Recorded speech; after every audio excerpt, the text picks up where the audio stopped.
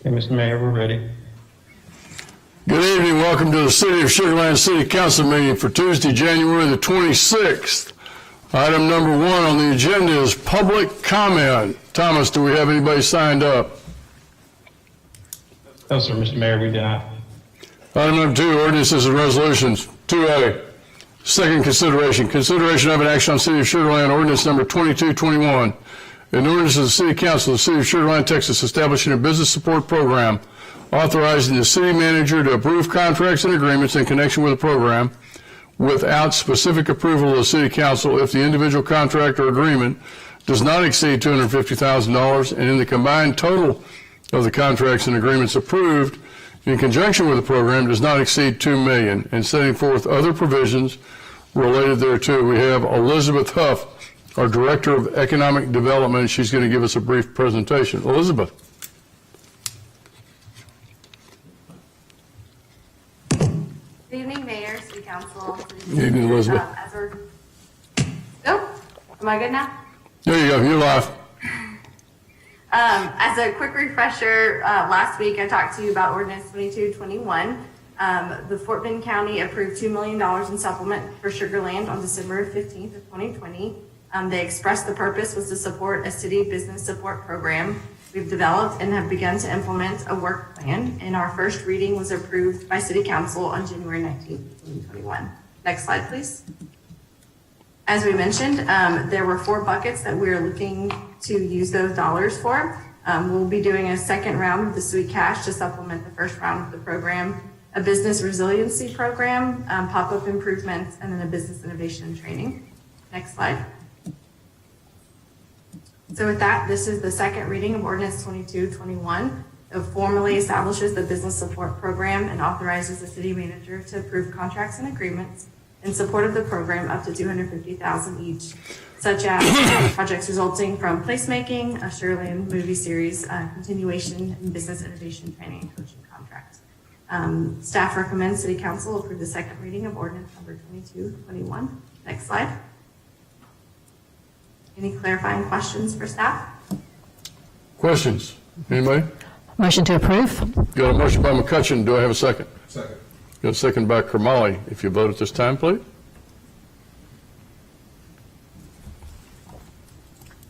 Let's roll.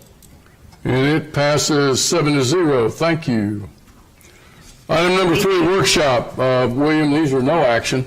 3A, review of and discussion of voter-approved 2013 parks bonds and the 2020 Fort Bend County Park Bond projects. We've got Monique Johnson, our Transportation and Mobility Innovation Manager. Monique, good evening. Thank you, Mayor. Good evening, Mayor, City Council members. So it's been a while since we've been in front of you regarding the parks bond projects, and a lot has happened since then. So I wanted to give you a quick update on where we at and what has happened. So in November 2013, the voters passed $31.5 million for the Sugar Land Parks Bond. So this included the Crown Festival Park, which has been completed, and it's also included the Brazos River Park, which we completed phase 1, and phase 2 road and trail is nearing completion now. And so the focus of tonight's meeting is really on the hike and bike trails. So that includes the Imperial Connector Trail, which we've actually completed, and more so on the Ditch H Trail and the First Colony Trail, which design is underway for both of those. Next slide. So in November 2020, the voters passed a $38.4 million Fort Bend County Parks Bond. So this included our 2013 Parks Bond hike and bike trails, but it also included a couple new projects. And so we'll get into more detail about those, but the intention is to definitely deliver the 2013 Parks Bond, and then depending on some options that we have, we'll move forward with the new trail projects. Next slide. So the first project for tonight is the Ditch H Trail. So in the original scope, this was a trail connection from Imperial Park to Telfair, Track 5 area. And so in the original scope, this included 5 miles of trails, approximately 10 feet wide, 2 pedestrian bridges, and 4 trailheads. Next slide. Let's see, so on the Ditch H Trail project, we were going to divide this into 2 phases. Phase 1 was connecting from Imperial Park south with connections to University Boulevard, and then another connection to Westcott Avenue. And then phase 2 was going to be connecting from Lexington Boulevard behind Smart Financial Center, then across Ditch H and over to, over behind Clements High School and over to the existing Wood Stream Trail. Next slide. So the last time we gave an update, we had talked about several project constraints that arose as we were looking at through doing some surveying and looking at the design for Ditch H. And so one of the constraints is the lead 17 pump station in Telfair. And so they're also working on some maintenance upgrades to their buildings. The other very large constraint that we ran into is lead 2's brand new pump station on the southern portion. And so with this, it created very limited space for that trail connection to get across Ditch H in behind Clements High School. It caused the potential cost increase for the bridge over Ditch H, since there we would have to relocate that bridge further south and do some ADA improvements to make sure that it was in compliant. And then also, as a result of that pump station, CenterPoint installed a gas line behind Clements High School directly in the path of the trail. And so there are some restrictions on that gas line easement, and so we wouldn't be able to build anything. So again, very, very large constraints. And so next slide. So what we did was we went ahead and moved forward with the design for phase 1. And then we decided to do a route study for the southern portion. So that's currently underway. Actually, staff is in the process of reviewing that study. And what we're finding is that it pretty much confirmed, a lot of those constraints and issues that we would have to build this southern portion along the ditch and across Ditch H. This is a zoomed in photo. So as you can see, we were going to connect here from Lexington, come behind Smart Financial, and then build a very, very large pedestrian bridge over Ditch H, come south of the pump station in between some homes, and then we would have to do another pedestrian bridge over the smaller ditch, Ditch G, and then behind Clements High School to connect. We had also considered, other routes, before deciding on our alternatives that we'll get into, but there really isn't any feasible option at this point for this southern portion. Next slide. So with that, we've been coordinating with, both LIDs, LID 17 and LID 2, and we have a revised scope for the trail. So phase 1 is essentially the same, except for we were able to, make some improvements to those connections. So if you remember the original layout, it had 2 legs here that connected to University Boulevard. So after some conversations with LID 17 and just thinking about some issues that may arise with the residents in the area as far as privacy and with the levee, we decided that it would be best to do a pedestrian bridge to connect over Bullhead Bayou, but still have that one leg that connects back to University. So that way, if someone's on the trail, they can still access it from University, or they have the option to continue going further south. The other portion that was modified for this phase 1 is the connection to Westcott. So originally that was a little bit further south here near LID 17's pump station, but now we have a connection going through the CenterPoint easement in Telfair to connect to Westcott. This is also a portion of the new territory trail, which I'll talk about later in the presentation. So we kind of killed 2 birds with 1 stone. We still have that connection to Westcott, but then we're also building a portion of a future trail in that area. And then the other modification here, instead of having those 2 legs that connected back to Westcott, we would build a pedestrian bridge parallel to the LID 17 pump station. And so it just creates a nice linear path from Imperial Park all the way down to Lexington. Next slide, please. So phase 2, we looked at 2 alternatives for that southern portion. So this first route that we're showing is along Lexington Boulevard, the southern portion of Lexington Boulevard, and it'll connect to Sweetwater and head south to connect to that existing Wood Stream Trail and that pedestrian bridge. And so this would pretty much just be requiring widening that sidewalk into the wider 10-foot side paths on Lexington and Sweetwater Boulevard. Next slide. The second option is actually two options, but we call them 2A and 2B. 2A is going along the northern portion of Lexington Boulevard and then tying into the town center pedestrian and bicycle improvements that were completed about a few years ago. It's really finishing off, some of the portions of that project, but it's also allowing a connection to the future First Colony Trail from Austin Parkway. The second option is Route 2B, which would be on the southern portion of Lexington Boulevard. It would run all the way to Austin Parkway, but it would still allow that connection to the First Colony Trail from Lexington. So both are really good options. The preferred would be the 2A because it does help us fulfill not only the connection from Ditch 8 from the Ditch 8 Trail to the First Colony area, but also it helps us complete that town center ped bike improvement project as well. Next slide.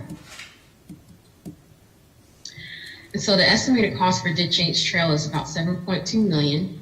Fort Bend County allocated $3.2 towards the project, and the city would be required to match that amount, so that $3.2 million. We currently have $6.4 available in the 2013 Parks Fund balance.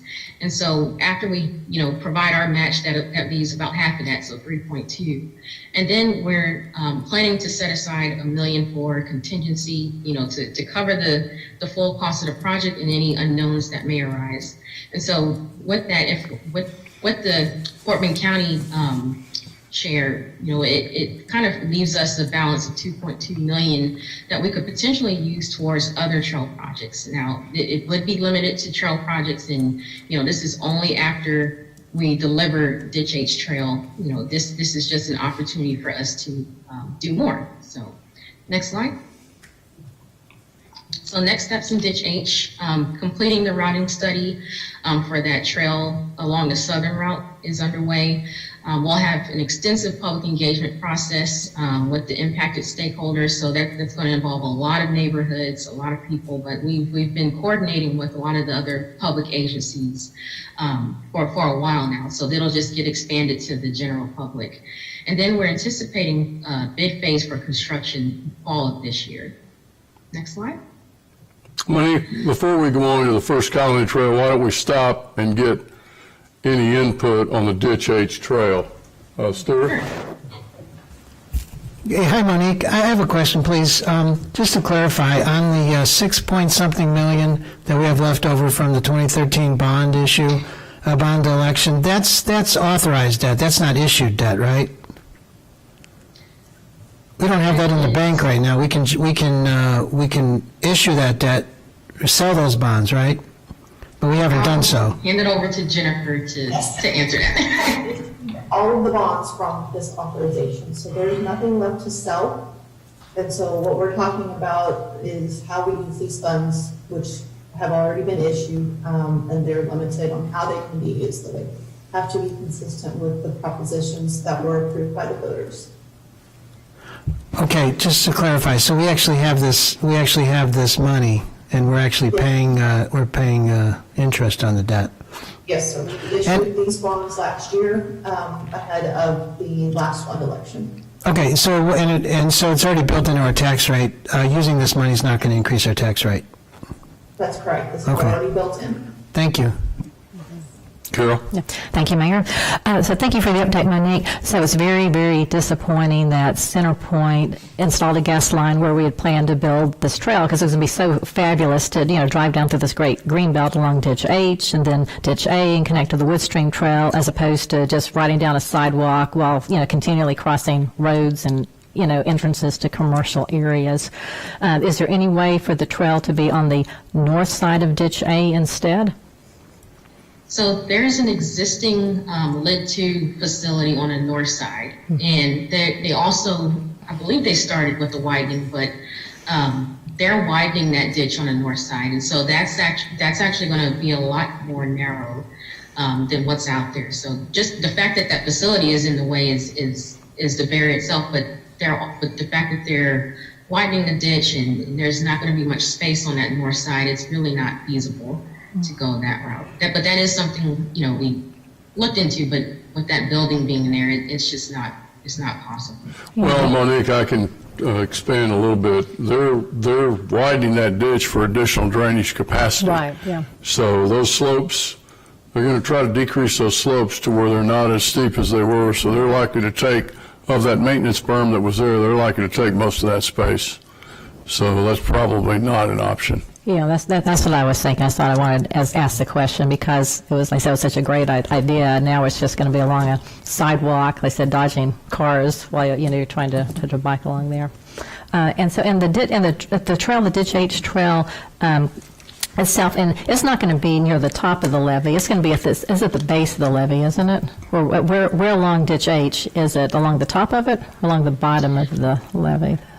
So it'll be along the bottom, and that's something we actually talked about with Lit 17, because originally we were going to go, it was actually going to be behind the levee. There's an area behind the levee running along Telfair, and so we decided to put it at the bottom because of that bridge, and then it just creates more privacy also for the residents along that stretch of the ditch. So. It actually worked out, after talking to them. So yeah, it'll be at the bottom. Okay, yeah, thank you. Okay. Anyone else? Nishad? Monique, the $1 million contingency seems very high for a project of $3 million, or our portion of it is $3 million. Is there a reason behind the $1 million?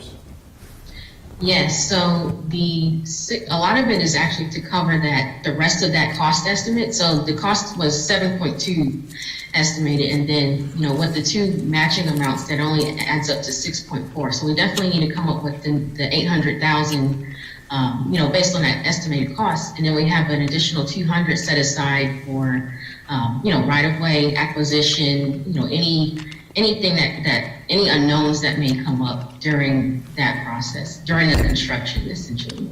Perfect. Thank you. William? Sure.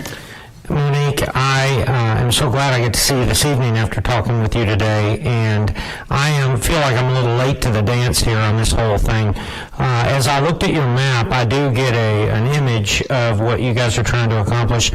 Can you tell me what is the main purpose of this trail or route? I'm not trying to undo it. I'm just curious, given the direction from where to where, the destination. Is this just a recreation, let's get out and ride our bike or walk? Is that what we're doing? It's both. It's recreation and mobility. It originated in the 2007 hike and bike master plan, and then when the city adopted the 2013 pedestrian and bicycle master plan, it was carried over from that plan, but it also emphasized the mobility benefits for getting, from the north side of town to the south side of town by bike or by walking. I mean, it's a 5-mile stretch, so it's a pretty significant stretch. And, it provides that opportunity for people to get around Sugar Land, or that option for them to get around Sugar Land if they decide to ride or walk. So my follow-up is where the pedestrian traffic is at Highway 59. I'm certain we're not going over 59, so we're going to be below 59, and it just sounds kind of exciting, actually, and I'm looking forward to seeing some more, maybe pictures or close-ups of drawings and plans. This is going to be a lot of fun for the community. Yes. Thank you. And Monique, I think we owe a debt of gratitude not only to Commissioner DeMerchant, but also to staff for for getting with the county and the county being willing to match our programs. Steve Porter. Thank you, Mayor. Monique, if this thing does go out, this fall, when do you think you'll have it finished? I would say maybe, it's a big stretch, so I would say at least a year for construction, just given the amount that's going to have to go into it. So if we go out for bid, let's say at the end of this year, 2021, I would say maybe the end of 2022 at the earliest, depending on how things go. Because it is a pretty massive project. Even though it's a trail, there's a lot that we're doing with it. There are, pedestrian bridges, the underpasses, there's a lot of grading work that goes into it. And so, yeah, I would say at least a year. Follow up, Mayor. Follow up? When you build this, will you be going from like north to south, and as you go, opening up the pieces that are safe to open up, so that, or is it all or nothing? It's either all finished and nobody can use it, or how do you plan to phase it? So ideally, we would want, I mean, we could do it that way where we open it in phases, you know, because it is such a long stretch, we can, you know, let's say we build from Imperial down to the university stretch. You know, that's a good stretch. That's, you know, people can get across Highway 6. And so we may do it that way where we open it up instead of just waiting until the whole thing is complete. So that is something that we can consider through the construction process. Thank you very much. Would appreciate that. That's it, Mayor. Thank you. Thanks, Steve. Go ahead and, Monique, go ahead and go to the next one. All right, so let's see. So the next one is First Colony Trail. And so this one makes connections for the existing trail network in the First Colony area. So it's really just filling in a lot of gaps in that trail network. The original scope included 3.5 miles of trails, approximately 10 feet wide, 2 pedestrian bridges, and 4 trailheads or wayfinding features. Next slide. So here's a map of the original scope. The northern portion of the trail included these connections from Lexington Boulevard and from Austin Parkway, and then building a large pedestrian bridge over Ditch A to connect to the existing Woodstream Trail. And then the southern portion included a connection from Sweetwater Boulevard along Ditch A behind Colony Park and tying into that existing sidewalk. The other piece that was included is this pedestrian bridge over here connecting from Mesquite Trail over to Mesquite Park. Next slide. So we went through a very long public engagement process and very, very thorough public engagement process for this one. And so we revised the scope based on feedback that we heard from the several stakeholders in the area. So this included the Colony Park neighborhood, Colony Grant neighborhood, Fort Bend ISD, St. Lawrence Church, the Lid 2. I mean, several people were involved in that effort. And so what we did was, after we gathered that feedback, we developed a revised scope, and we presented that to Parks Board in 2018. And so at that time, they provided a recommendation for completing the project in phases based on the available funding at that time. And so what we did was we went back to City Council in 2019 and presented that Parks Board recommendation, and then of course included in this 2020 Fort Bend County Parks Bond. Next slide. So here's the revised scope, and this is based on all the feedback that we heard from the stakeholders in the area. The northern portion stays the same with the 2 connections in the pedestrian bridge. The biggest change is this southern portion. So originally you saw the connection going along the ditch and behind Colony Park. Now, what we have is a connection to get across Sweetwater. So that was one of the concerns that we heard when we did our public engagement, that there wasn't a safe connection included in the design to get across Sweetwater. And so we decided to go underneath the bridge. And what we're going to do is go underneath, come back up, and build another pedestrian bridge parallel to Sweetwater Boulevard. And so that's addressing another concern that we had heard from the stakeholders in the area, where, you know, it's a very, very narrow sidewalk there. I think it's about 3 feet wide. And so they really wanted, you know, a way to get across Sweetwater without having to go through a narrow bridge or go into the street.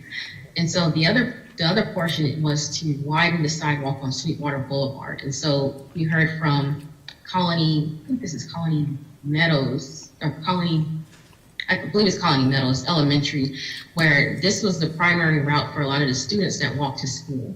And so we figured this was something that they had preferred. And then also widening the sidewalk on Austin Parkway, and then building another pedestrian bridge to connect over to First Colony Middle School, since a lot of the students walk from the Colony Grant area over to First Colony Middle School. So it's the same issue that was presented over on Sweetwater with the narrow bridge pedestrian area to get over there. So we would build a parallel pedestrian bridge. Next slide. So when we presented this to Parks Board, at the time we had a limited amount of funding. You know, of course, that was pretty much above and beyond what the original scope for the Parks Bond, the original Parks Bond. And so at the time, based on funding, the Parks Board recommended making the connection. And so pretty much building the original components that were in the 2013 bond, but also including this below grade crossing and the pedestrian bridge on Sweetwater. And then we would do the other portions of the project in phases later on. Next slide. So in 2020, the voters approved the Parks Bond. And so what that did was, with their match, it really allowed us to do a lot more with this project. So really delivering more than what was originally included in that 2013 Parks Bond. And so now with that match, we're able to do the below grade crossing, do the pedestrian bridge parallel to Sweetwater, and widen the sidewalk along Sweetwater Boulevard, which would look a lot similar to what we currently see on Williams Trace. And then we're also able to do that pedestrian bridge over to First Colony Middle School. And although we're not including the Austin Parkway widening in this option, we are, we have the Mesquite Trail that people can use. And then the sidewalk is already about 6 feet wide. So it's not in as bad shape as it is on Sweetwater. So it still makes a huge connection and a lot of improvements, and really allows us to go above and beyond what we had originally intended in the 2013 Parks Bond. Next slide. So for First Colony Trail, the estimated cost is $2.6 million. So Fort Bend County actually allocated 1.5 in their Parks Bond. We're obligated to match 1.3 of that. So that's the reason why it's 1.3 is because it's half of that overall construction cost. And so we do actually have this available in our 2013 balance for the First Colony Trail. Next slide. So next steps for First Colony Trail design is underway, including the segments that were that we've added with the 2020 Fort Bend County Parks Bond approval.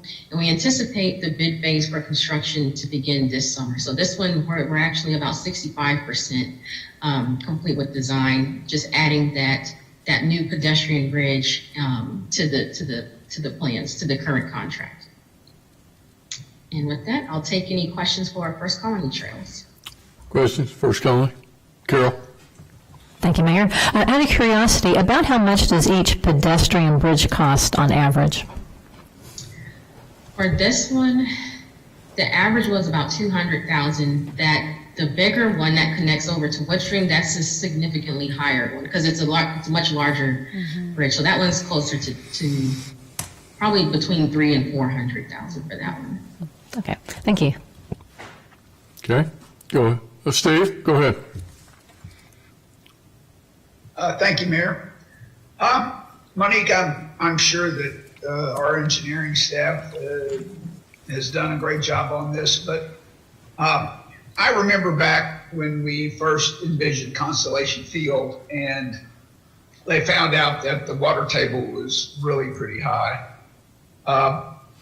So we ended up having to build it up instead of dig it out. These underpass bridges, how close at the bottom of the bridge of the path going under are we to the water table? I can't give you an exact number, but we're pretty high. So, we have that existing roadway bridge that goes over the ditch for Sweetwater. And so the below grade crossing is pretty high up on that slope, if you will. One of the things we did talk about with lid 2 is that it actually benefits them because it opens up, capacity for flow by putting that in there. And so I think what we may see is maybe some improvements in drainage because we're putting that below grade crossing in there. So a follow-up, Mayor. Go ahead, Steve. So the below grade path, is it Does it, if the ditch fills up, does the path go underwater? Most likely, depending on how much water, gets under there, it'll most likely go underwater. And so that's where, a lot of the wayfinding elements come into play, or any kind of warning type of signage or any kind of gauges. We'll have to have all of that available for people to see. And so, yeah, that's definitely something we're planning for and aware of that could happen. Yeah, I'd be underwater, Steve, given where the water level was at Hurricane Harvey, and how high those ditches were.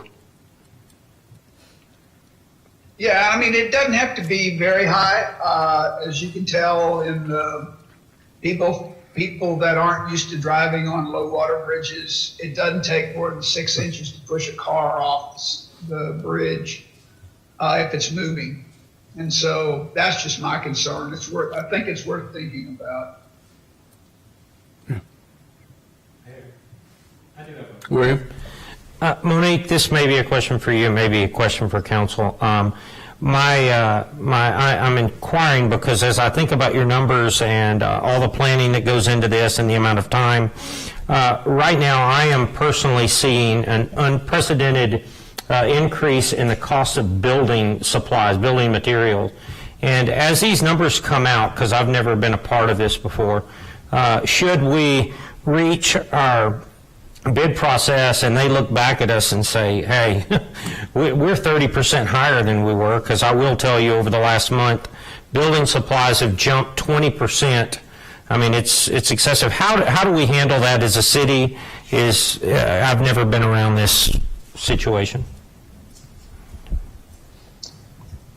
Well, I will say the estimates, and you're right, the estimates that we did build in are based on, the latest rates that we have, plus a 30% contingency on top of that. Now, as far as how we've handled that in the past, I personally haven't experienced that. I don't know if there is anyone on the call maybe. I can help with it, Monique. Thank you. Okay, thanks. What ends up happening, William, is if it were to come in significantly higher and there were not to be funds available, we could throw out the bids. We've done it before. We'd throw out the bids and we would later come when prices return to more normal levels, then we'd rebid the job. Oh, perfect. That's what It's part of our bid documents that we reserve the right to award the contract or throw the bids out. And everyone's hope is the materials will come back down, but right now it's unbelievable. Right. Thank you. Anyone else? Monique, go ahead to the next one. All right. So the next one is the Ganaway Lake Area Trail. So this is a new project that was included in the 2020 Parks Bond. So just a little bit of background. In 2015, there was a Ganaway Lake Park Master Plan. In that plan, it identified the trail system through the park and in a connection over to Cullinan Park across Highway 6. There was also a Ganaway Park PER completed in 2017 that provided some additional details about this connection. So the scope for this one is about 1.5 miles of trails, approximately 10 feet wide. It includes 2 pedestrian bridges and then pedestrian crossing enhancements at State Highway 6. Next slide. So here's an overview of what was included in the 2020 Fort Bend County Parks Bond. So basically here we would make a connection from Voss around Ganaway Lake, going along Bernie Road and then through the park in the wetland area. And then we would make a connection into the existing Imperial Trail. So there's actually an existing bridge here.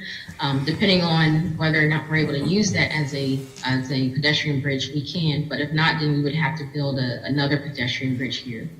And then what you would do is use the existing Imperial Trail, and then we would do some pedestrian enhancements to get across Highway 6, and then cross over Highway 6, and this is actually going into I believe it goes a little bit into the airport property, but we would try to stay as far away as possible, not to reduce any impacts to their development.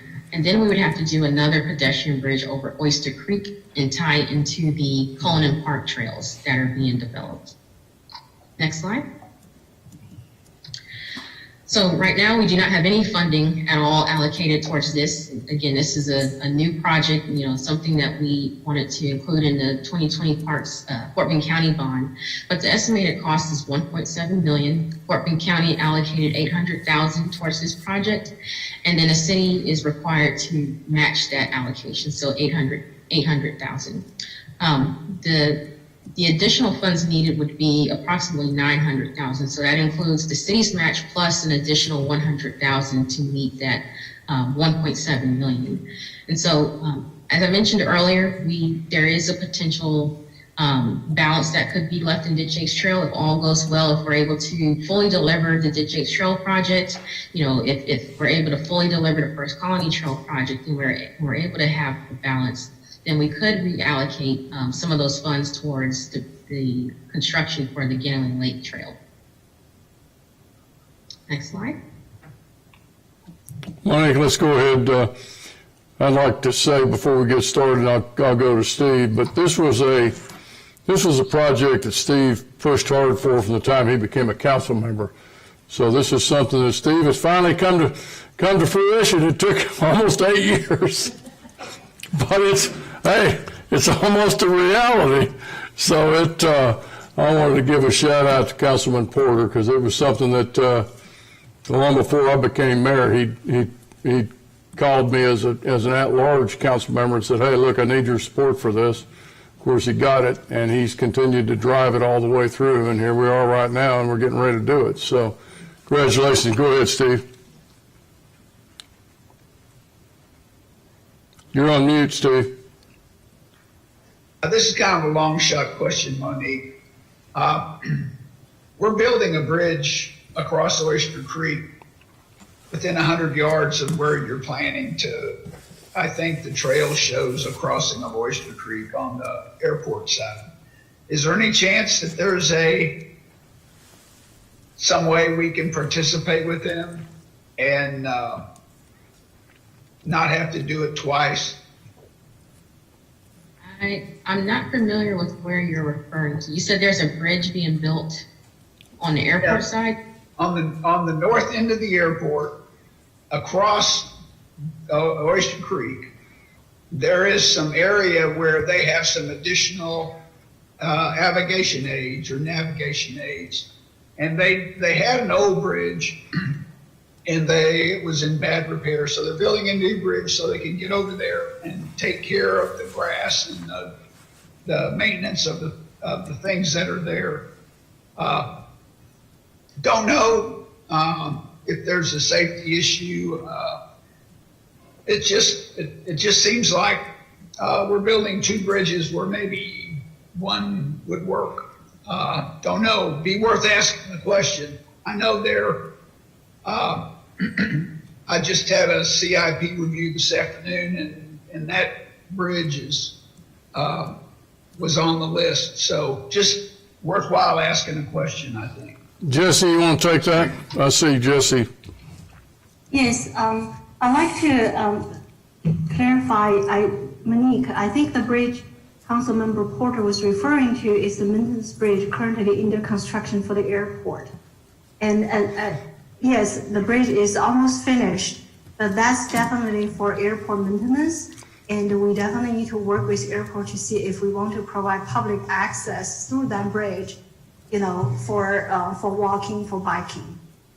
I think airport is probably a secured area, so I'm not sure they are open to that idea to open that to pedestrian for anybody to public. So that probably need further discussion with the airport.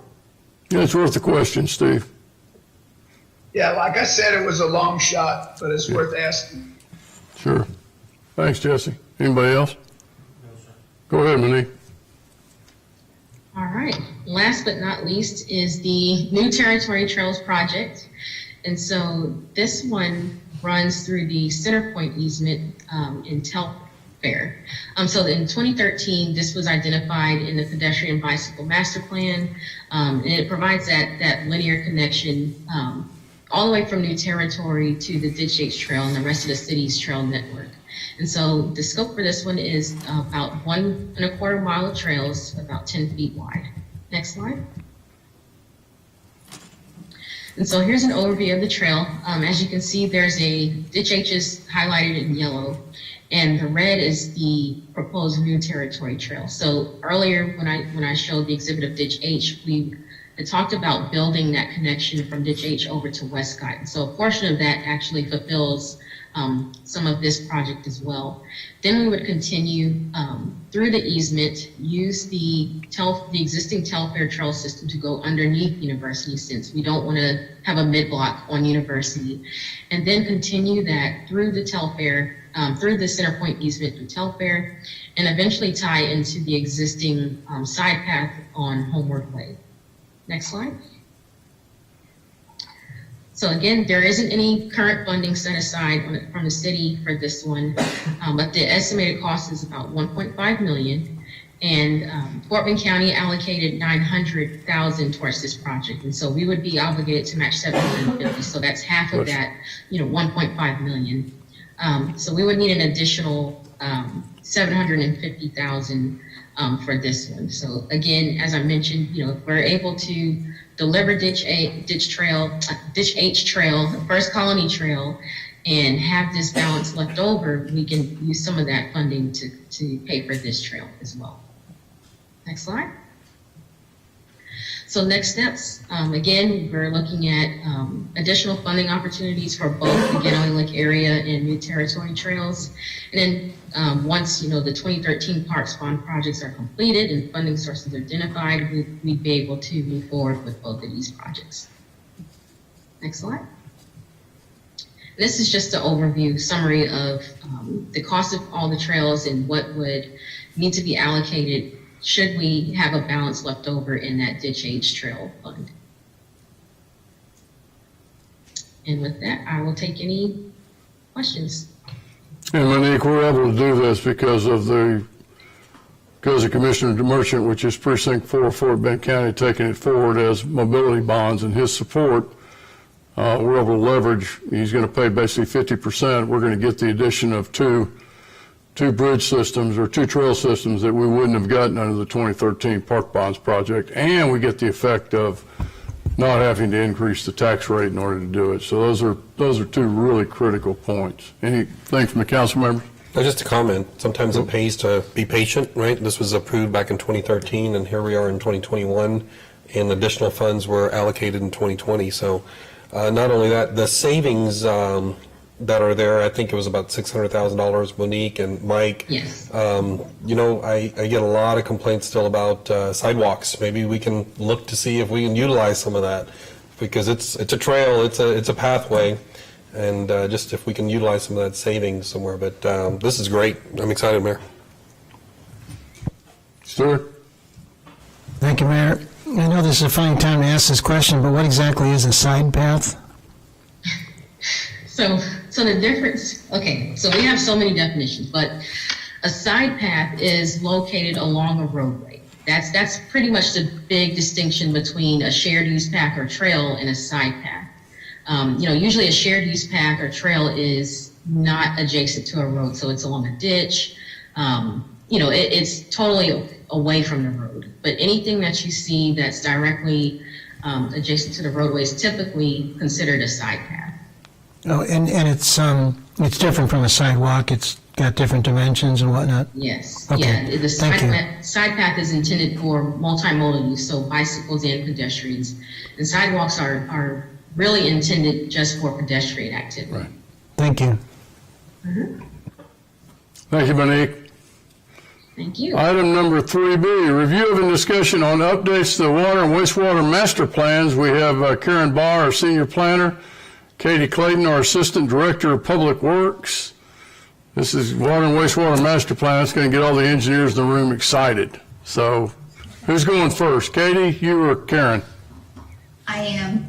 Yes, good evening. Good evening, Katie. Thank you for the opportunity to share the progress that we've made on the master plans for both the wastewater and the water plan.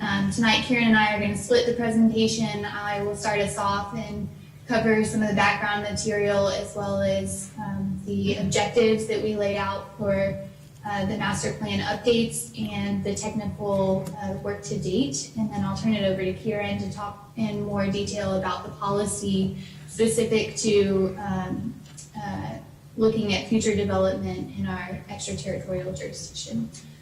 Next slide, please.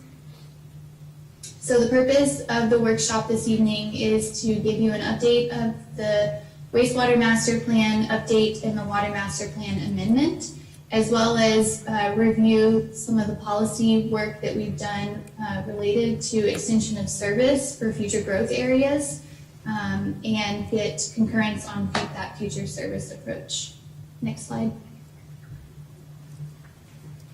So as you may remember, the city has a comprehensive plan that is made up of 8 official master plans. 2 of those master plans cover utility service, water, and wastewater. Each of those 8 master plans really refines the vision for that particular subject area. And not only the technical aspects of those subject areas, but also the policy direction. We evaluate these master plans annually through the master plan annual reports and update them as needed, typically every 5 to 10 years. Next slide. On the wastewater master plan, we do have the standalone master plan that addresses our wastewater infrastructure needs. The master plan was last updated in 2012, and through the master plan annual reports, we recognized that there was a need to update this plan.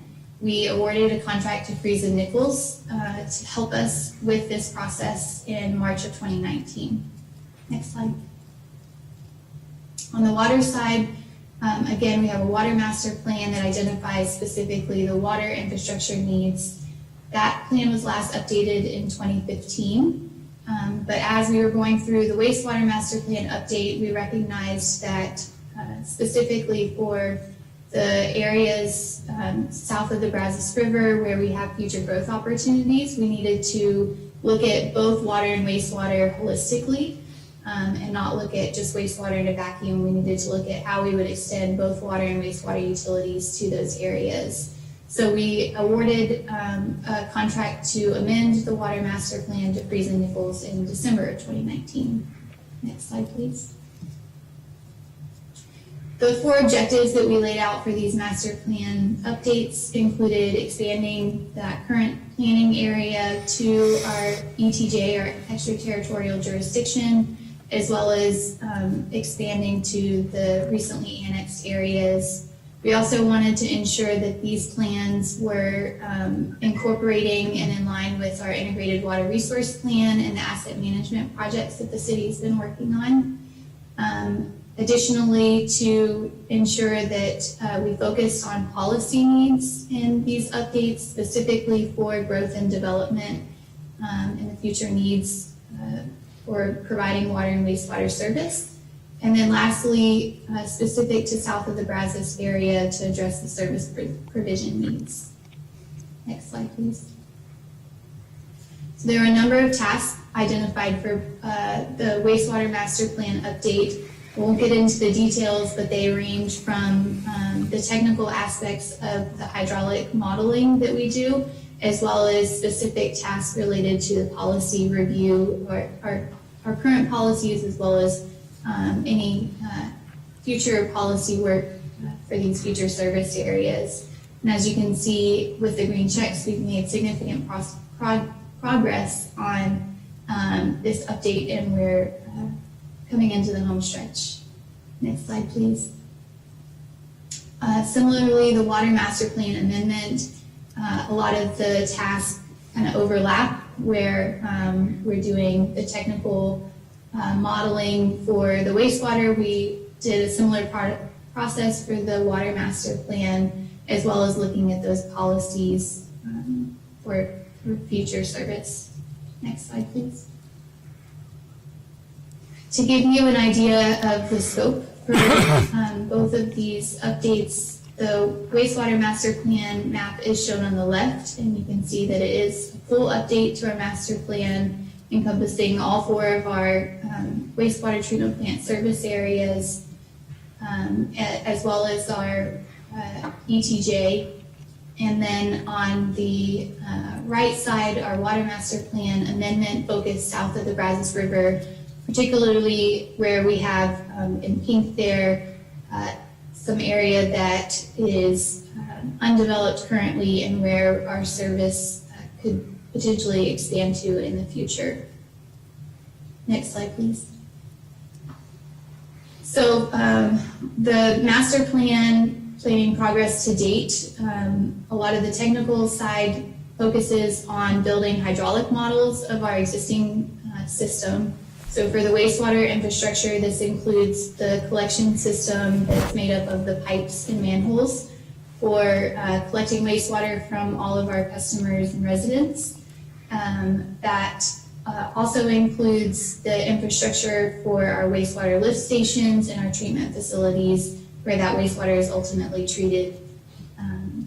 For the lift stations, we did an extensive amount of data collection for each of our lift stations. We went out and had surveys completed and took a complete inventory of our lift stations that was really imperative for this model building process. And then lastly, asset management information and data was incorporated into the model as well. Next slide. On the water side, there's a similar process for building the water hydraulic models that includes inventory from our groundwater plants and the pumps where that water is treated and then sent out into our water distribution system, the water pipes that take water to all our customers. And again, asset management data was included in that model building process. Next slide, please. In addition to the infrastructure, the pipes and the pumps for both our water and wastewater service our infrastructure, we incorporate flow data from our service areas. So we lean on our land use plan, the population data that we keep up with, as well as our billing data to help build the current demands into the system. So a lot of the work on the front end of building these hydraulic models is collecting a large amount of data both on the infrastructure side as well as our current demands and making sure that we are modeling the existing systems as they stand today. Next slide, please. So now that we've put together the hydraulic models of our existing infrastructure and we've incorporated that demand information, we look to calibrate our models to hydraulic flow data. We use that data in the wastewater master plan, relies on our wastewater treatment plant, the daily flow data that we collect. And then on the water side, we use both field pressure testing results as well as the production from our water plants. And we calibrate our models to mirror that historic flow data so that we can evaluate our existing infrastructure capacity. Next slide, please.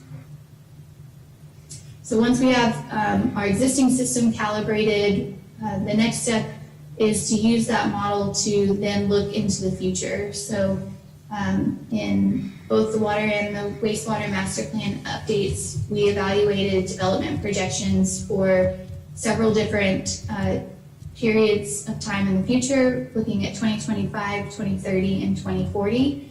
And again, we leaned on the integrated water resource plan as well as the land use plan to help us develop those flow projections.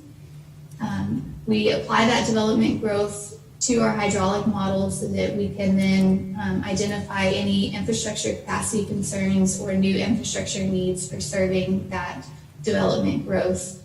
And all of that builds into developing our capital improvement plan, which is the specific projects that are needed to serve that growth. Next slide, please.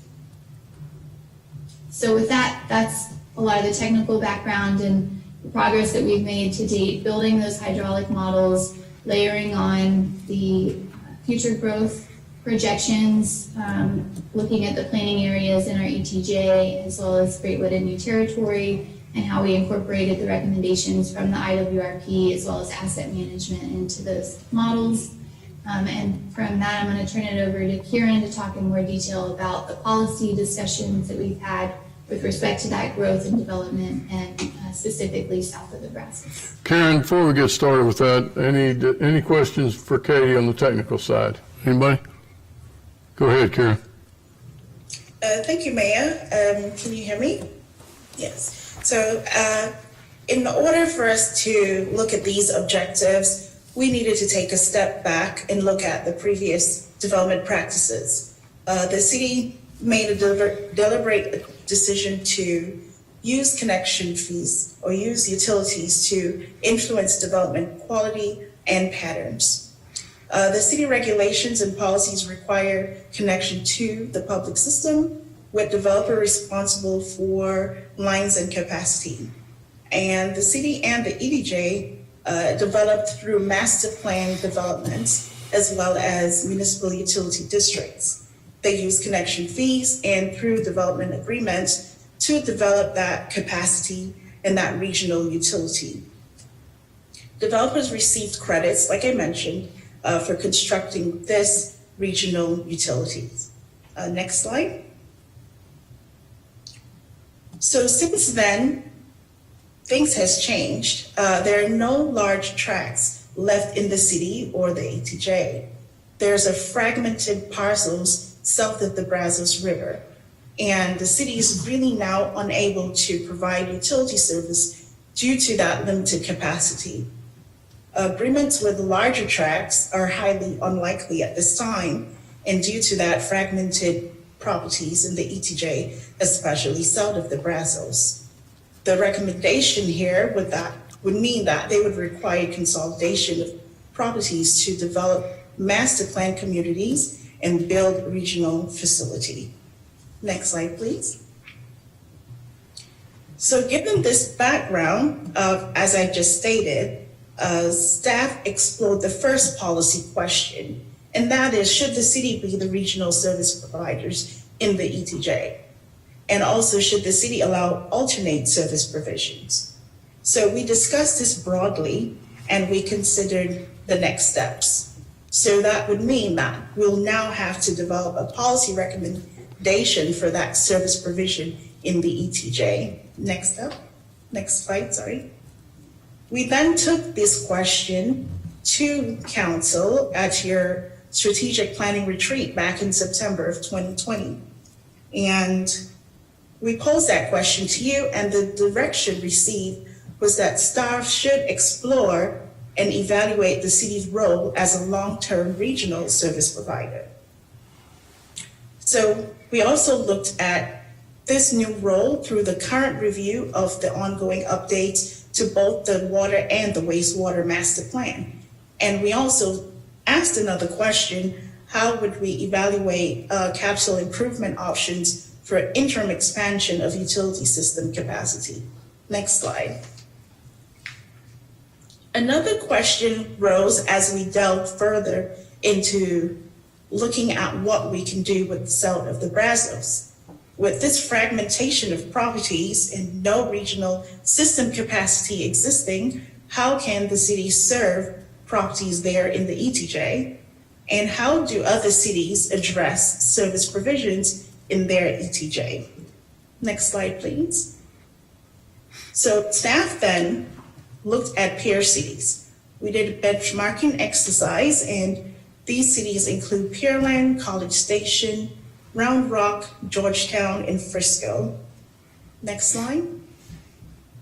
The results of this exercise showed us that cities there develop regional facilities, and they utilize recovery fees to recover the costs. Developers were then responsible for cost of tying onto the city's infrastructure. This is different as to how things are done here in the Sugar Land Way. Cities also utilize development agreements to incentivize annexation when extending utility services. Next slide. So when we're looking now towards our future, what does that mean for us? Should the city be the regional service provider of water and wastewater utilities? Staff now, today, we are bringing forth 3 bold recommendations, and we're asking for your concurrence on these recommendations. The first being, you asked us to look at the south of the Brazos further and to develop a study. That study there would be to determine the extent of the service area.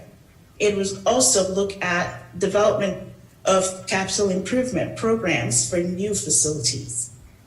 Secondly, we'll also update the financing mechanism for utilities, where we'll utilize capital recovery fees as opposed to the connection fees. And that is a major departure from the way things are done. Next slide. The last recommendation, as we discussed with you in your retreat, was to also update the service provision policies and recommendations. And that would be to mainly clarify that no on-site well and septic will be acceptable within the interim. These will provide ability to recover costs of developing regional facilities, and also the city will be the driver for the development timeline, and that will be dependent on timing for regional system completion. Next slide, please. So now I'd like to pause here for any questions that you may have. Questions? Anybody? Go ahead and move forward, Karen. Okay, so next steps in the process would be to incorporate your recommendations into the water and wastewater master plan, and to also, we are anticipating the adoption process for both plans to begin in spring of 2021. And first, we will review and hold public hearing with the Planning and Zoning Commission, and then we'll return to the City Council for your review of the final plan. We'll hold a public hearing and adopt the plans. Thank you. Karen, I'm going to suggest that we do, because of the complexity of developing a capital improvement plan around a system, water and wastewater, and the fact that it's going to be a capital recovery as opposed to the way we've done it in the past, I'm going to recommend that you bring it back to council in a workshop before we go to consideration and action. Okay, we will do that. Thank you. Thank you. Thank you, Katie. Thank you, Karen. Item number 3C, review of and discussion of the 2020 Citizen Satisfaction Survey results. We have Doug Adolph, Communications and Community Engagement Director, and Ryan Murray, Assistant Director of Community Research with the ETC Institute. Doug, Ryan, welcome. Good evening, Mayor, City Council, and City Manager Goodrum. I'm here tonight with Ryan Murray of ETC Institute to share the results of our 2020 Citizen Satisfaction Survey. No action on your part is required tonight. I'd like to share some quick background on our citizen survey. We conducted our first resident satisfaction survey in 1998. Since 2004, we've conducted a survey every 2 to 3 years.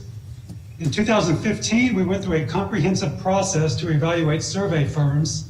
Our goal was to identify a firm with industry expertise that could benchmark our results against the state and the nation.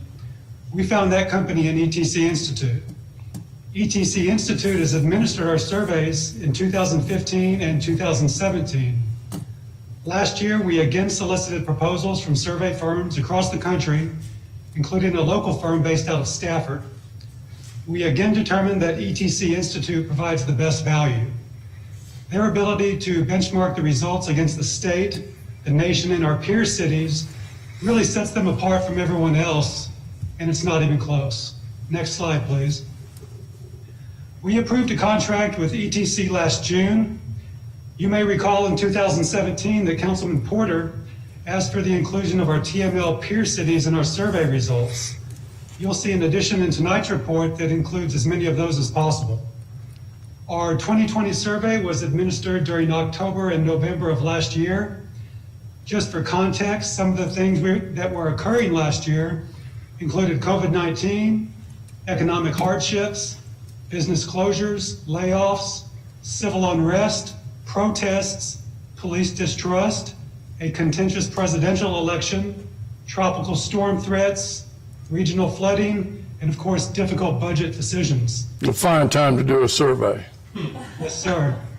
But despite all of this, our survey results were very good, maybe even better than 2017.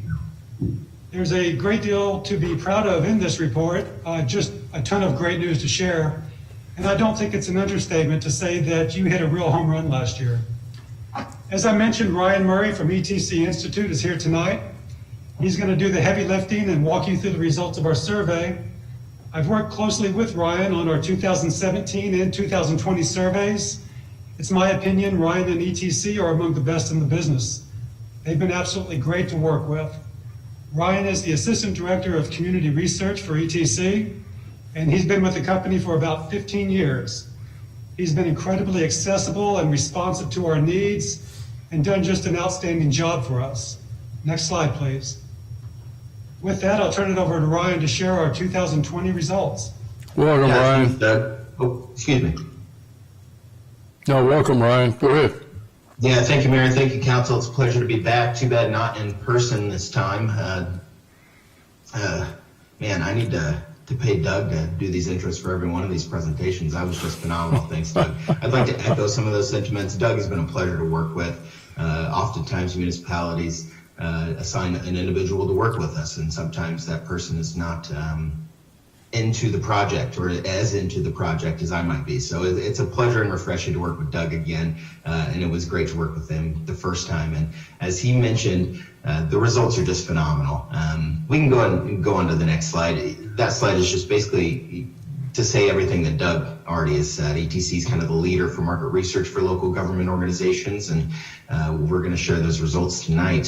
First, we'll go through purpose, methodology, and demographics quickly. We'll go through the bottom line up front, which is really the key highlights of the survey findings. And these things are oftentimes easier when the results are good, but when we get to this point, like a couple of communities that I work with where the results are just so good year in, year out, these conversations are just a little bit more difficult to have because we're just not seeing various trend lines and decreases and increases and suppositions on, maybe we do this next time and we'll see better results. The results are really excellent. I'll summarize and then we'll take any questions. Next slide. So the purpose again was to objectively assess satisfaction. We measured trends between 15 and 17, and as Doug mentioned, those trends are looking really good compared to the 2020 results. We help determine priorities as a part of that process, and we do that with our report and satisfaction analysis that I'll kind of go through towards the end of the presentation. And then as Doug mentioned, we compare your performance with residents, both regionally and nationally, but with the way that Sugar Land performs, most of those regional or those local performance measures are really where the city should be holding themselves to. And even when we compare your results to some of those regional results, you're performing very well. Next slide. The survey was a 7-page survey this time around. It was 6 previously. This is the 3rd resident survey conducted by ETC Institute for the city. The first was actually a Parks and Recreation survey just prior to our first community satisfaction survey. Again, we mailed the survey to an online or to a random sample of households within the city. Residents could take that survey either online or by filling out and mailing back their paper survey. Households could also call our 1-800 number if they wanted to take the survey over the phone. Each survey takes approximately 15 to 20 minutes to complete, so we know that most of the responses that we got were pretty thoughtful. It's kind of a long time for folks to sit down and actually hold their attention for something like this, and I think that some of those results are really shining through. Previous goal was 500. We set our same goal this time. We got 34 more surveys collected than in 2017, maybe due to COVID, folks not having as much to do at home or not being able to get out of the house, maybe is a better way to put that. But we've seen those same response rates jump in other communities nationally, so that's really a national trend lately. All of the results as a whole have a margin of error of about 4% all around down here at the 95% level of confidence. And what that means again is that if we conduct your survey 100 more times, 95 out of those 100 times, we're going to get these same results given our margin of error. Next slide. This is a location of survey respondents. So beyond just collecting surveys and just hoping that the results are representative, we map these results as they come in on a periodic basis, as well as capturing demographic information to ensure your sample is as representative as it possibly can be. And by looking at this map, we understand that we got a pretty good representation of all residents from each one of these major residential areas. So we see a pretty good distribution of responses throughout the city here. Next slide. Bottom line up front is that Sugar Land is a great place to live, and folks really feel like that. Almost everyone, I mean, imagine getting 100 people in a room and saying 98 out of those 100 people said Sugar Land's an excellent or good place to live. I mean, we had that blue dress, gold dress controversy a few years ago. I can't imagine you could get 100 people in a room and 98 would agree on one particular item, whatever it may be. 97% of your residents indicated that the city's an excellent or good place to raise children. So not only is it a great place to currently live, but it's also a great place to maybe a kind of a factor in moving to Sugar Land if maybe you lived in Houston before and are looking to start a family. Sugar Land continues to set the standard for the delivery of city services. You were 90 out of the areas that we were able to assess or track with our Texas averages, you were above those averages in 96% of the areas that were compared, so 77 out of the 80 areas. You rated 40% over the Texas average for the value received for city taxes and fees, which is really one of the report card items that I look at almost first on every survey to see how you compared to both regional and national averages. 40% is just astounding, and almost 40% above the Texas averages for the overall quality of your city services. So doing an excellent job not only providing a great environment for residents, but also serving those residents' needs at a very, very high level. Top priorities for improvement are quality of drainage system and rainfall events and flow traffic and congestion management, which was the same as 2017. And I say this to all my high-performing clients. That is the item you want as a top priority for improvement. It means that folks aren't complaining about some of those key city services. We all know that traffic and congestion is frustrating and difficult at times, especially when you're commuting back and forth, maybe even from Houston or some of those other outlying areas where there's major complexes there. But to see that as a top priority for improvement is a healthy sign of an organization. If we saw police services or something regarding ambulance services, we'd be a little bit concerned about the overall health of the organization. And when we talk about trends, the city performed very well both to 15 and 17 results, and overall satisfaction just remains extremely high. And we can move on to our next slide. Next slide again. Sorry, I usually have control, so I have these intermediate slides that I use to hold time there sometimes. So overall, again, these ratings are just phenomenal. For all of the charts, or most all of the charts that I'll present tonight, the blue indicates an excellent or good or satisfied rating. The gray or the neutral ratings are usually right there in the middle, and the below average, poor, dissatisfied ratings are in red. The way that we should interpret these charts is neutral ratings are really just a passing grade. You didn't make a negative impact, but you didn't really make a positive impact on that particular perception of that service. But overall, as you can see here, nearly 70% of respondents gave positive ratings to all of these items. Very positive. Next slide. Same with perceptions that influence your community outlook. So overall quality of life, image of the community, all the way down to value received for taxes and fees. And that's why we do the comparative analysis, because you see there, only 70% of respondents gave positive ratings. So it's really towards the bottom of that hook there at the bottom of the chart. But you're still performing 40% above our Texas average, which is just phenomenal. Next slide. Same with major categories of city services, just performing very well in all areas there. The only one that you might notice on the chart is the quality of drainage system and rainfall events, which was one of our top priorities for improvement, primarily because it got over 10% of dissatisfied ratings. So something that a lot of cities would be clamoring for to get those types of results, but overall doing very well. Only about 1 out of 10 respondents indicating that they're dissatisfied with that particular service. Next slide. So in addition to some of the dot maps that we provide or use internally to ensure the representativeness of the sample, we average these results based on various geographic boundaries to understand whether or not the city is serving residents equitably. And as we can see, rating Sugar Land as a place to live, the entire city satisfied. Next slide. Same with places they are proud to call home. Next slide. And the overall quality of governmental services still equitably providing services to all city respondents, although we do have a few respondents in each one of those lighter blue areas that maybe aren't quite as satisfied, didn't give those very satisfied remarks in some of those areas. But still, overall, far and away, the city's performing very well in all of these areas. Next slide. Drainage system and rainfall events, again, our top priority for improvement in 2020. We did see one particular area of concern, so if the city is going to focus on those top priorities based on our important satisfaction analysis, the area shaded in yellow or those more neutral responses is probably where we should look first. The fact that that one is yellow likely indicates that most of those very dissatisfied or very dissatisfied remarks came from that particular area of town. Next slide.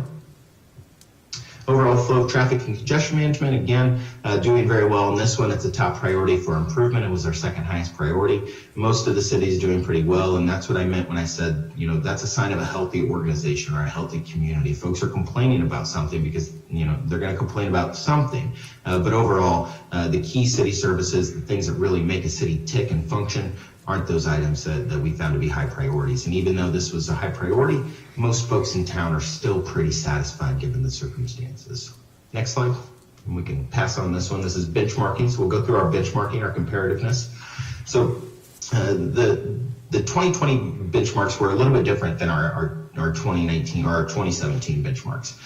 We have three different sources. A national survey that we administered in the summer of 2019. We did hold off on the COVID year for benchmarking. We do have the results. They're pretty similar, but we didn't want to have any perceptions of, hey, these are COVID year results and that's why we're performing well or below average or anything like that. So everything on the average, the Texas average and the national survey average, those are all 2019 summer results. And then individual communities that were surveyed by ETC Institute in 17 Texas cities over the last 2 years. So we have not only just some comparative benchmarking from national Texas results, but also actual comparisons to actual communities that surveyed their citizens with our survey. We provided these performance range benchmarkings, and I'll kind of walk us through some of those on our next few slides. So if we go to the next slide, we'll have 2 slides for each set of benchmarks. This is perceptions of the community. Any arrows pointing up mean that you're significantly higher than the average. It's pretty easy to see here that you're outperforming both the US and Texas averages. But if we go to our next slide, these are our performance ranges, where the number to the left of the blue bar shows the lowest performing communities rating. We don't actually call these communities out by name, but somebody received 58% of overall quality of life in your community out of the 17 communities that were listed. The highest rating was 97%, and then Sugar Land's rating is indicated by that orange dot and also those numbers out to the right there. So as we can see, Sugar Land is doing very well, performing in the top rating for 4 of the 7 areas that were assessed in the perceptions of the community.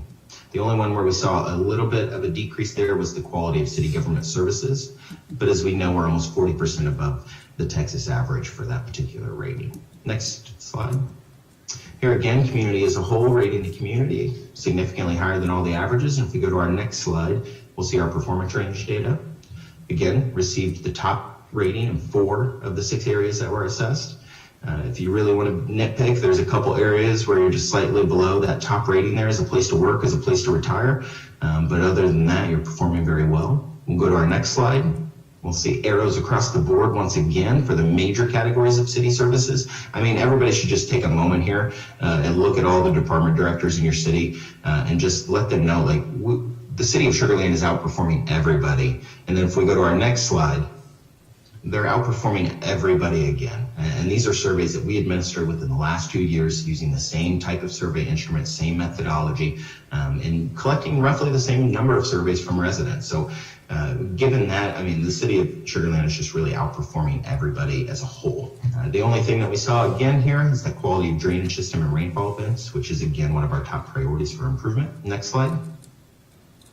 Police services doing exceptionally well given the COVID-19 year. We did see a few dips in overall police service ratings in communities nationally. We didn't see that in Texas Land by any means. If we go to our next slide, we'll see that even compared to Texas ratings, you're at the top in each one of these as regards to police services. Next slide.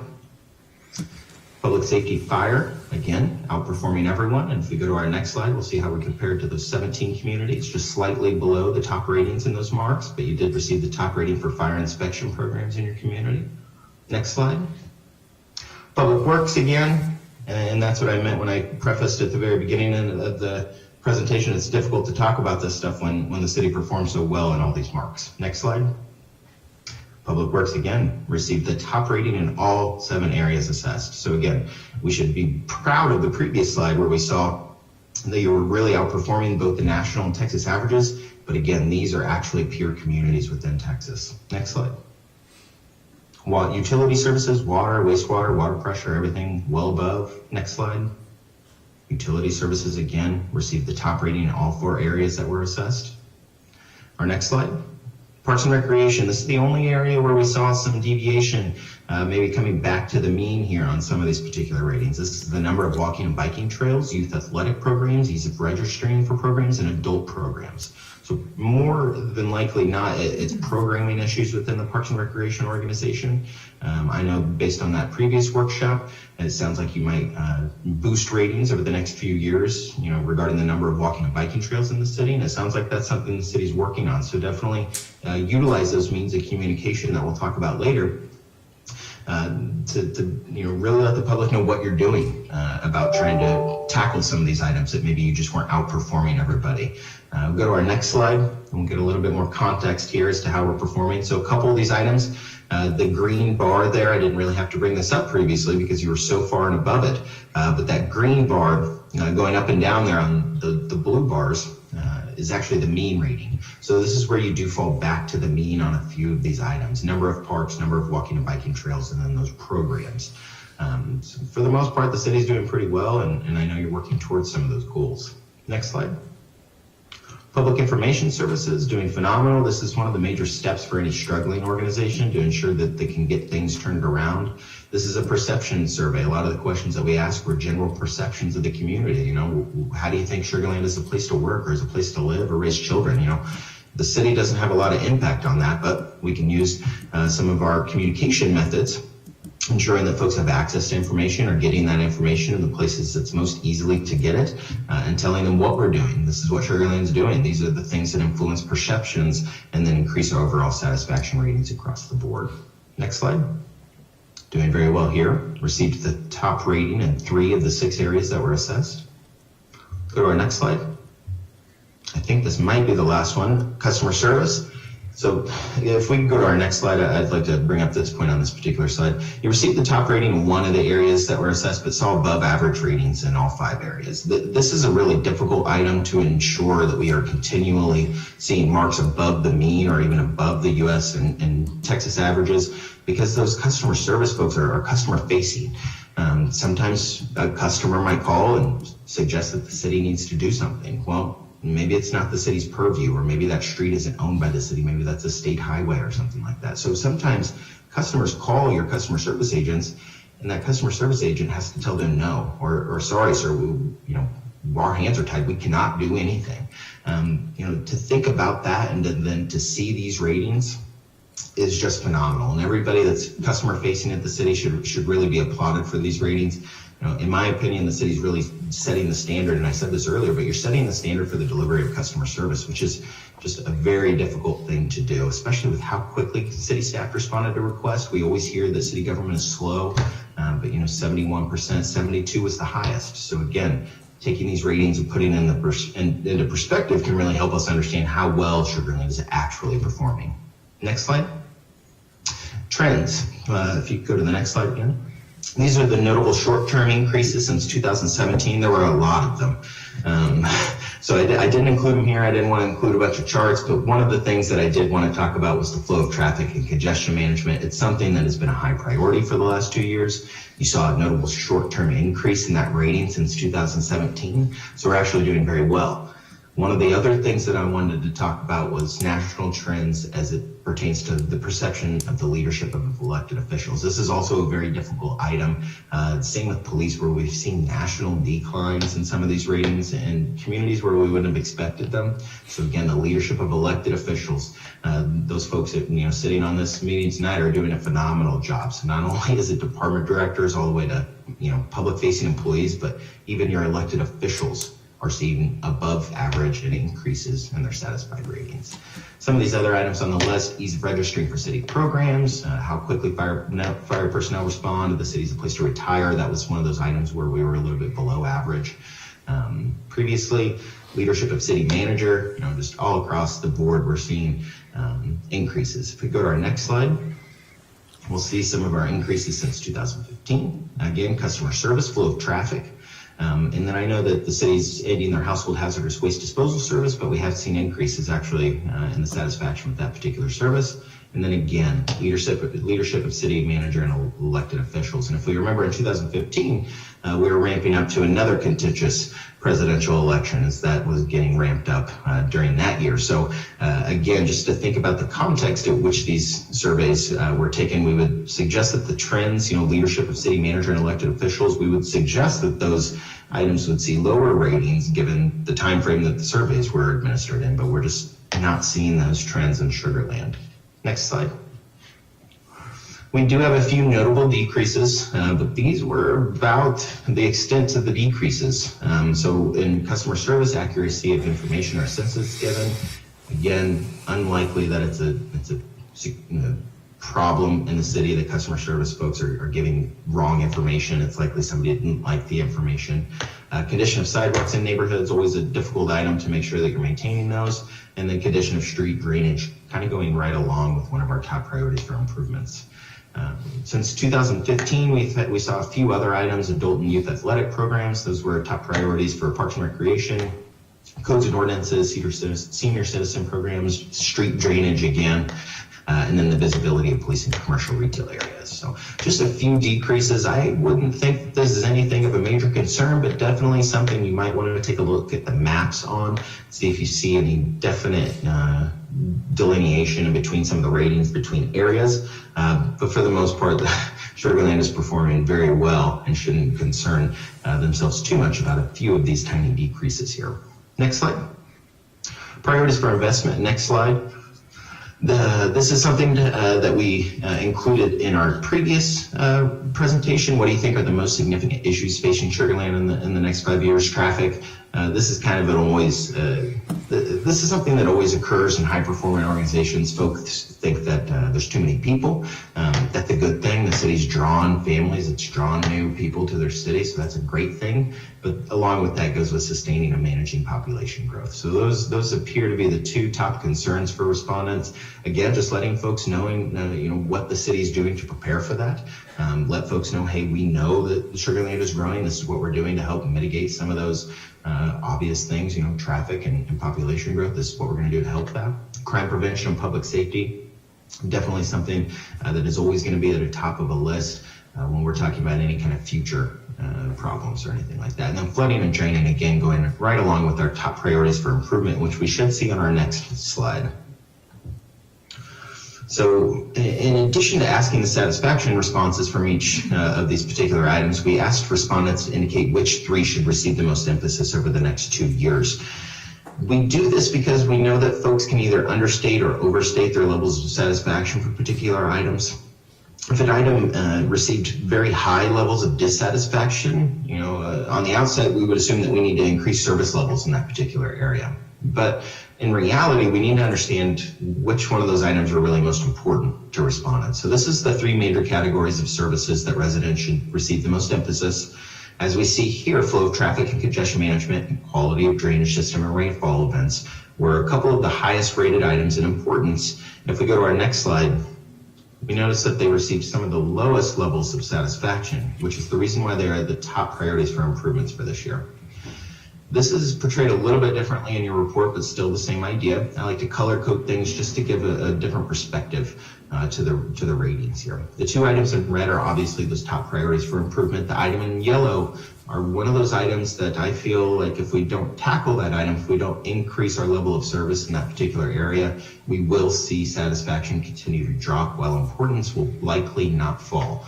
This is a major city service item. So again, just letting respondents know, the city's maintenance structure. Maybe we didn't get to your street this year, but we will next year. Or maybe we hit this major corridor and you don't drive on it very often, but we'll hit this major corridor over the summer. Just letting folks know the maintenance schedule or how the city is prioritizing these projects can go a long way to help folks understand, okay, well, they are doing things, just maybe not in my neck of the woods.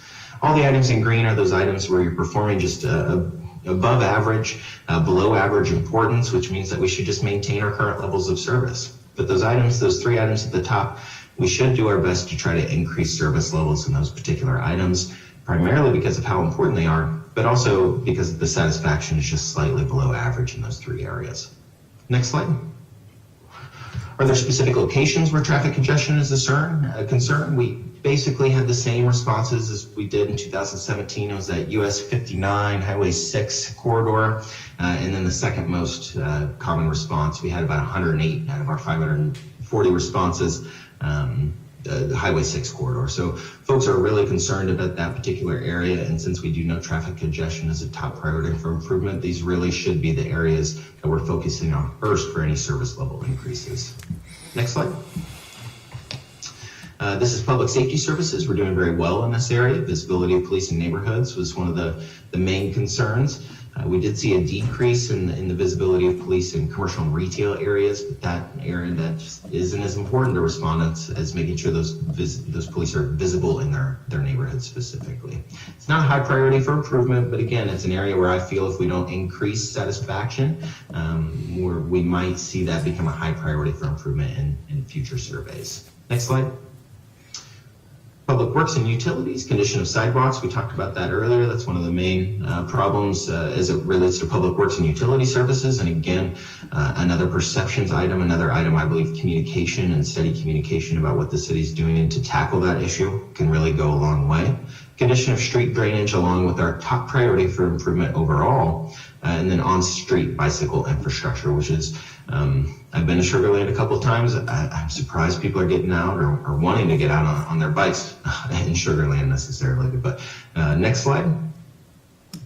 Parks and recreation, again, one of those top priorities, number of walking and biking trails. It's not a high priority, but again, it's one of those areas where we saw a slight decrease. It wasn't quite above the US and Texas averages, so an area we should definitely be working on. Next slide. Communication. Everything that I've talked about kind of led up to communication, in my opinion, and I studied this in great depth with most of all of our community survey clients. Those clients who perform poorly in this area perform poorly in every other area on average. So what that means is that it's our understanding that solid communication, ensuring that residents have the information, are satisfied with the means of communication from the city, they're actually more adept to give higher satisfaction ratings. And as you can see here, you're significantly above the national average in all but one area. Availability of data reported by the city, but we have 1/3 of respondents just kind of giving that neutral response. So we're doing very, very good here. And even in that item, that quality of the city's cable television channel, we're actually 5% above the national average, even though we're seeing kind of mediocre results there when it comes to very satisfied responses. Comparatively, we're doing very well. Next slide. So we know that we're performing well in communication, but we want to know, where are folks getting information? Where should we be putting all of those resources? And what we understand is that the city's website is very important to respondents. We saw a little bit lower levels of satisfaction with that particular item compared to some of the other communication items. Folks are also, reading local newspapers, so making sure those press releases go out in a timely manner.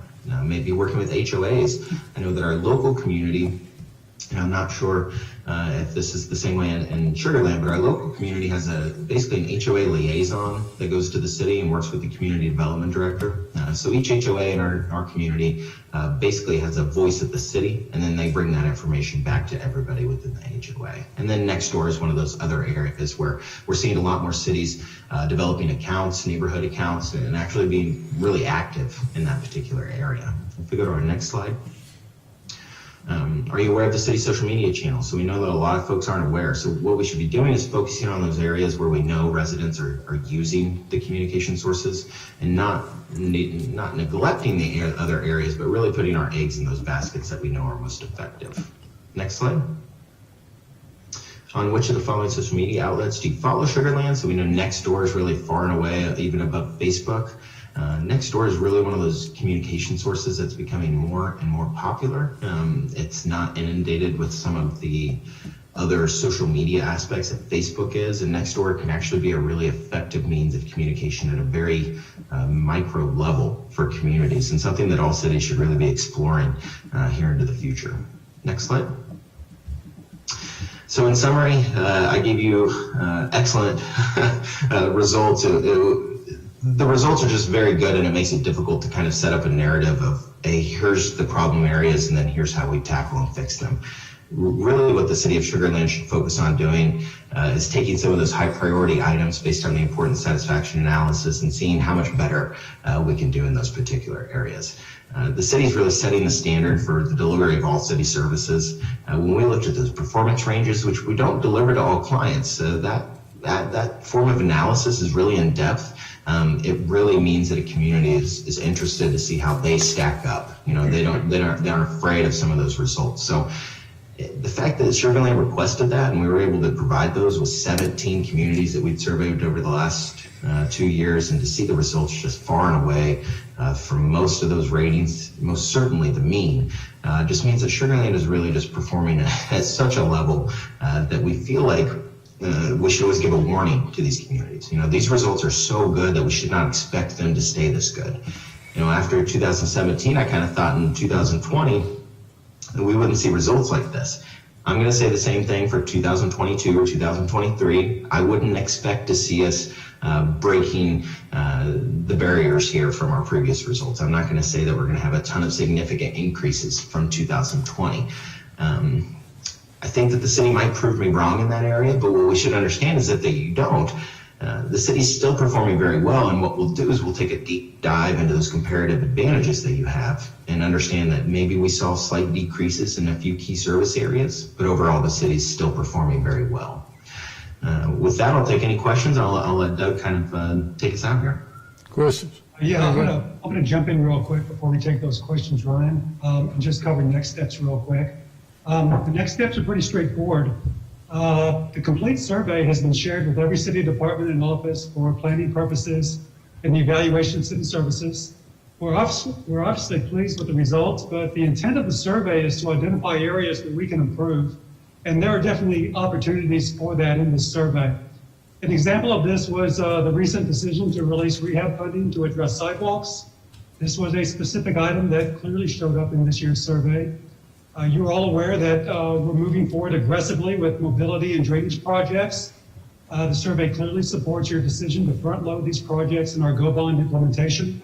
Speaking specifically for my team, we will revisit proposals for website redesign, a focus on platforms that are highly utilized by our residents, including Nextdoor, will also be important. This will include finding ways to empower influencers such as yourselves who have access to these closed groups.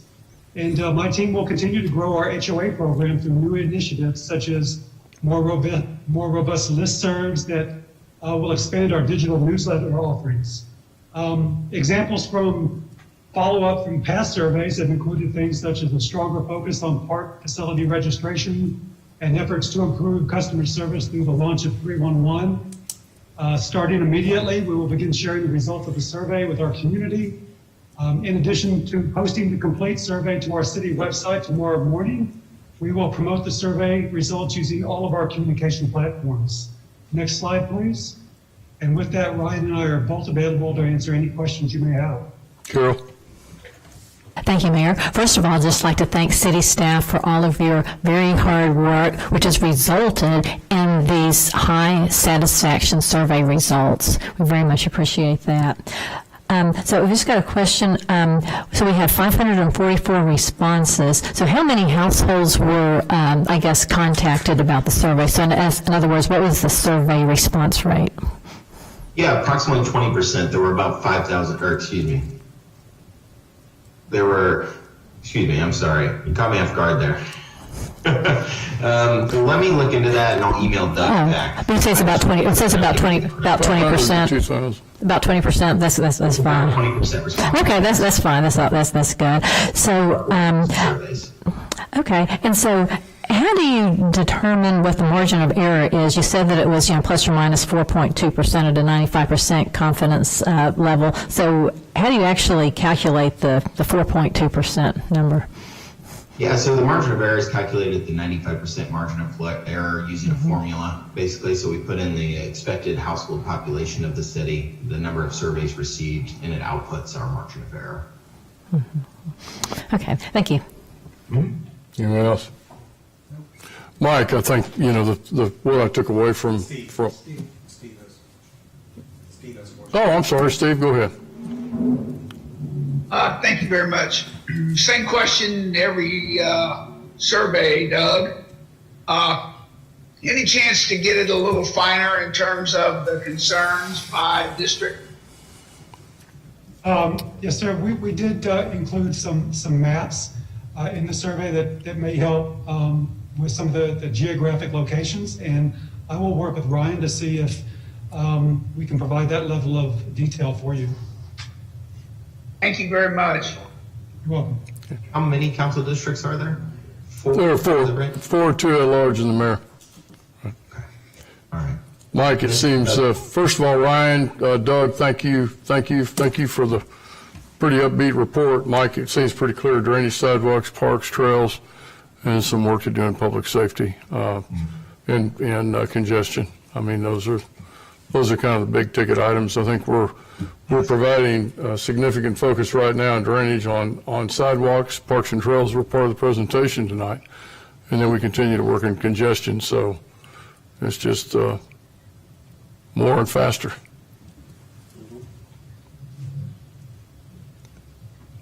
Thank you. Congratulations to staff too. This is a very upbeat report. Thank you very much. Item number 4, City Council City Manager reports. 4A, City Council Member reports. Steve, let's start with you. No report tonight, Mayor. Thank you. Yes, sir. Nishad. No report, Mayor. Stuart. No report, Mayor. Carol. A couple of council members and I attended the citywide quarterly HOA meeting. Wonderful. William. Sir, I do want to tell you about the generosity of our community again this week. Several, and I'm going to say in the number of 20 Sugar Land area residents all went into Houston and helped rebuild a elderly widow woman's home on Saturday.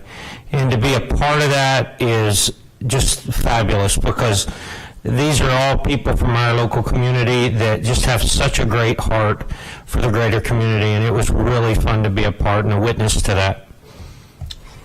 Jennifer.